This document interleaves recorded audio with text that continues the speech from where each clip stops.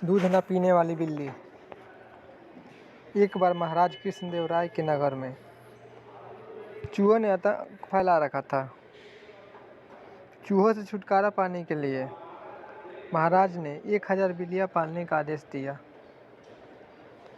महाराज का आदेश देते ही दूर दूर से 1000 बिल्लियां मंगवाई गई। उन सभी बिल्लियों को पूरे नगर के लोगों में बांटा गया। जिसे भी बिल्ली दी गई उसे उसके साथ एक गाय भी दी गई ताकि वो उसका दूध पिला के बिल्ली को पाल सके। पूरा नगर चूहों से परेशान था। जब बिल्लियां बंट रही थी तो लोगों की कोसों लंबी कतारें लग गई। इस अवसर पे तेलानी राम भी एक कतार में जा खड़े हुआ और जब उसकी बारी आई तो उसे भी एक बिल्ली और साथ में एक गाय दी गई। बिल्ली को घर ले जाकर उसने उसे गर्मा गर्म एक कटोरा दूध पीने का दिया। बिल्ली भी बहुत भूखी थी तो बेचारी ने जैसे ही कटोरे में मुंह लगाया तो गर्म दूध के कारण उसका मुंह जल गया। उसके बाद बिल्ली के आगे जब भी दूध का कटोरा रखा जाता, चाहे वो ठंडा ही क्यों न हो, बिल्ली दुम दबा के वहाँ से भाग खड़ी होती। गाय का अब सारा दूध तेलानी राम व उसका परिवार ही पी जाते। बेचारी बिल्ली कुछ ही दिनों में इतनी कमज़ोर हो गई कि उसमें दौड़ दौड़ के चूहे पकड़ने की ताकत भी नहीं रही।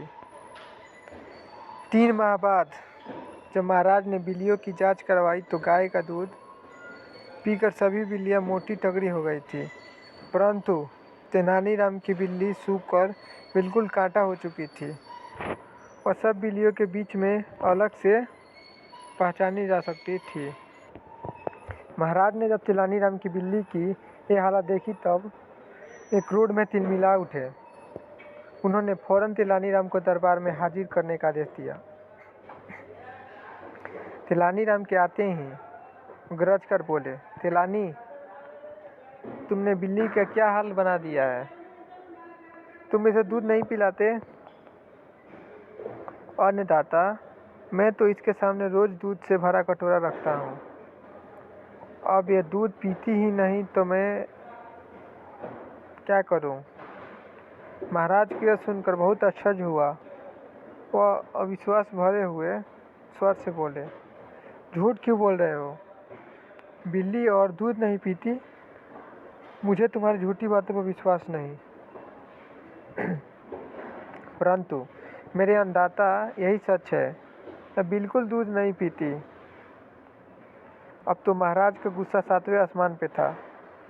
झलझला कर बोले, अच्छा, यदि तुम्हारी बात सच निकली तो तुम्हें 100 स्वर्ण मुद्राएं दी जाएगी, वरना 100 कोड़ों की सजा।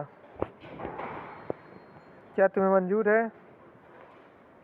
तेलानी बोला, मुझे मंजूर है अन्नदाता। तेनाली बिल्कुल शांत स्वभाव से बोला। तुरंत ही महाराज ने एक सेवक से दूध का भरा कटोरा पेश करने को कहा। सेवक जल्द ही दूध से भरा कटोरा दरबार में ले आया। अब महाराज ने तेनालीराम की बिल्ली को अपने हाथों में उठाया और उसका सिर पर हाथ फेरते हुए दूध के कटोरे के पास छोड़ते हुए कहा, जाओ बिल्ली रानी, मज़े से दूध पियो।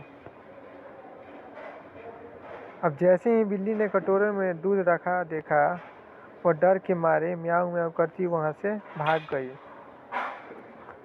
देखा ना महाराज, अब तो आपको मेरी बात पर विश्वास हो गया ना? मेरी बिल्ली दूध नहीं पीती है। तो लाइए, वादे के अनुसार मुझे अब 100 स्वर्ण मुद्राएं दे दीजिए। तेलानी ने कहा, बाकी सब तो ठीक है, लेकिन मैं एक बार फिर से उस बिल्ली को ध्यान से देखना चाहता हूँ जो दूध ही नहीं पीती। यह कहकर महाराज ने डर कर कोने में छिप गई बिल्ली को पकड़ कर लाने का आदेश दिया। बिल्ली को अच्छी तरह देखने पर उन्होंने पाया कि उसके मुंह में जले का एक बड़ा सा निशान है और उसी क्षण समझ गए कि बिल्ली गर्म दूध से मुंह जल जाने के कारण अब दूध पीने में कतराती है।